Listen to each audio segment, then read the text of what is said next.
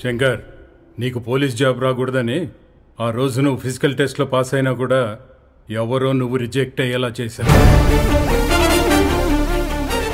నా వంక చూస్తావేంటి? సత్య ప్రమాణంగా నాకు తెలియదు శంకర్, నిజంగా నాకు తెలియదు సార్. అయినా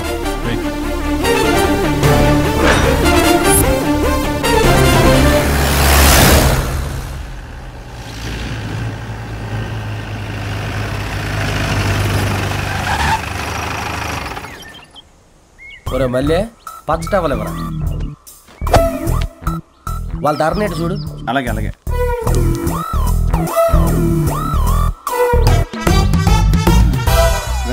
తప్పుకోరా తప్పుకోరా. పెద్దోడు పట్టుకుని రా అంటావేంట్రా? చిన్నోడిని పట్టుకుని రా అంటావేంట్రా? రే నీకు అర్థం కావట్లేదురా. ఆడు ముండుడే అది ముండిదే, వాళ్ళిద్దరి మధ్య మనం ఎండలో ఎందుకు చెప్పు? మన ఇద్దరం కాంప్రమైజ్ అయిపోతాం, సరేనా? అవునరా, మనం కూడా బలైపోతాం. సీరియస్ గా ఏట్రా జరిపోతావు వాళ్ళ ఆర్డర్ ఏంటి? పొడిచి పడుతూ అవునా? నువ్వు కానీ స్పందించలేదనుకో 4 తలకాయలు రాలిపోతాయి. త్వరగా స్పందించరా బాబు. అయిపోతాట్రా, నువ్వు వెళ్ళి జీబులోకి వచ్చే హాని చూసుకుంటా. రామశిలక కనిపెట్టేశాడు దొంగ మొగుడు. దాగుని చాలు కానీ లేకు. ఏంటి ధర్ణ వాతావరణం? ఈ మధ్య నీకు నా మీద ప్రేమ తగ్గిపోయింది. తర్వాత చూడమ్మే, నేను సెటిల్ అంటుండే. ఒక్కసారి పుట్టాననుకో అది పెరుగుతూనే ఉంటది. అదేం కాదు, ఇంతకు ముందు నీ కళ్ళల్లో పారు కనిపించేది, ఇప్పుడు ఈ ఊరు కనిపిస్తుంది.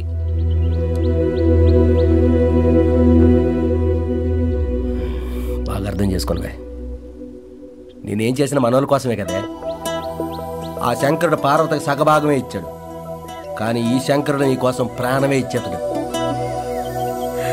ఏటే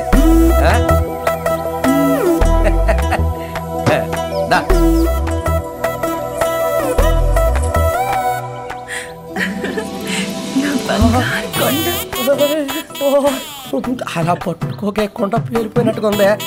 కళ్ళు మూసుకుంటారు. రే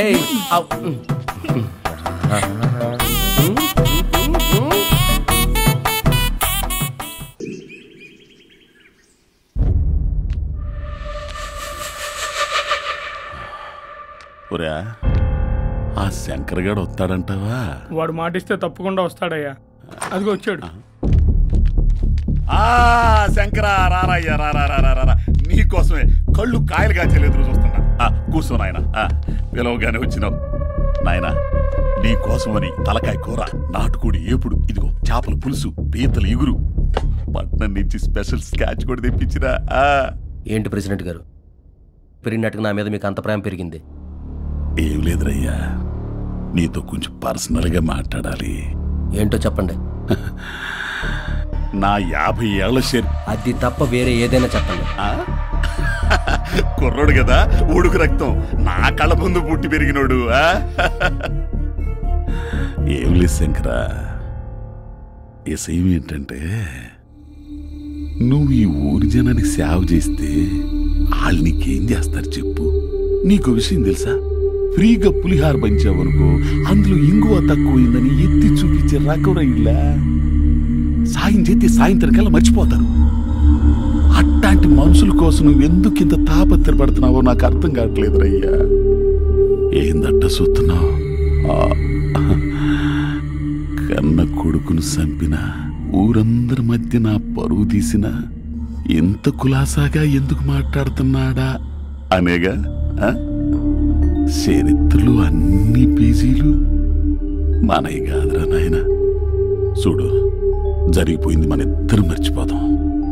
నువ్వు నా మాట విన్నావంటే ఊరు మొత్తం మన మాట వింటది. 2 చేతులతో సంపాదించుకోవచ్చు. ఇల్లు, పొలాలు, బంగ్లాలు ఒక్కటేందిరయ్యా, మన కన్నుబడ్డ ప్రతిదీ ప్రతిదీ ప్రతిదీ కబ్జా చేయొచ్చు. అదిగో చెబుతుంటేనే ఒళ్ళు పొలకించిపోట్లా. ఒరయ్యా, ఈ రోజు నుంచి ఈ ఊరికి నువ్వు రాజువి, నేను మంత్రిని. ఇప్పుడు చెప్పు, నీకేం కావాలో ఇప్పుడు చెప్పు. నువ్వు వేసిన గడ్డి దీన్ని తలపడానికి మావాడు గంగిరెద్దు కాదు. లొంగిపోతాను రా, కానీ దేనికి లొంగిపోతాను తెలుసా? నీతికి లొంగిపోతాం, నిజాయితీకి లొంగిపోతాం, న్యాయానికి లొంగిపోతాం. ప్రజల కోసం తమ జీవితాల త్యాగాలు చేస్తారే వాళ్ళకు లొంగిపోతాం. ఈ దేశ క్షేమం కోసం ప్రాణాలనే బలంగా పెట్టి పోరాడతారే వాళ్ళకు లొంగిపోతాం. నీకెందుకు లొంగిపోవాలి?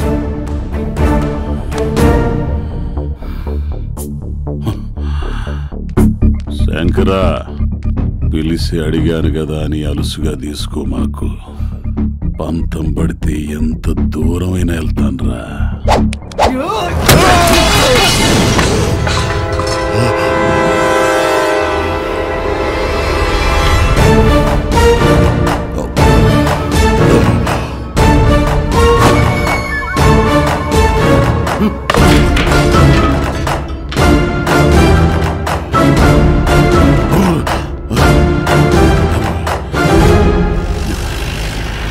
అల్లుడు చుచ్చు అయితే చిన్నకొట్టట్లా సిలకలేని చూపిస్తావేంట బాబా?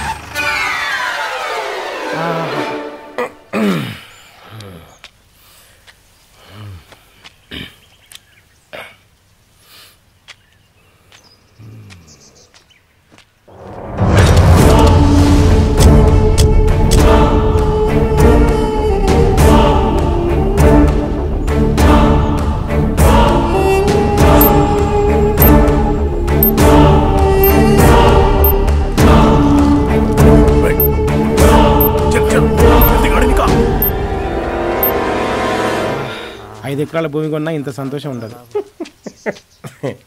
పాన్ వాళ్ళకైందా ఆపినందుకు దండం అల్లుడు.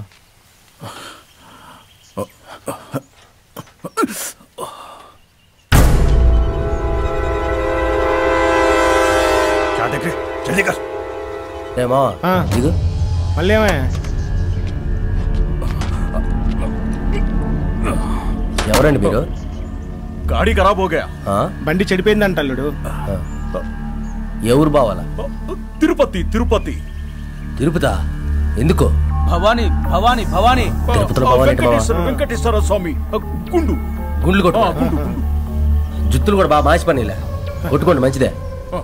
ఇప్పుడు ఏమైందిరా దీనికి? గాడి ఖరాబ్ హోగా, డక్కా మారనా డగాలన్నట బండి దొబ్బాలనా? దొబ్బుతాంలే, తగాలన్నట. ఏం బాసరా బాబు? కూకండి. అలాగే తగాలనే. వాళ్ళని కూర్చోబెట్టి ఆడ దొబ్బుతాం అల్లుడు, పందుల్లాగా ఉన్నారు. మనమేటి తక్కువ ఎట్లా తొయ్యి తోసాయి.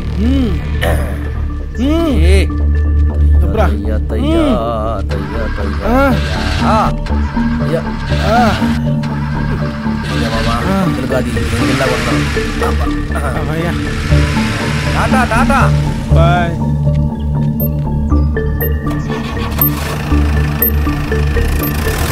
అరే కరుడా, నువ్వు చూసినట్టు లేదంటే మనకైపోద్ది తగాల. ఎరా మల్లిగా, ఈ భూమి మన వెంకటైదు కదా, 100 ఎకరాల ఆశం పాపం ఒంటి పూట కూడా కూడి ఉండదు.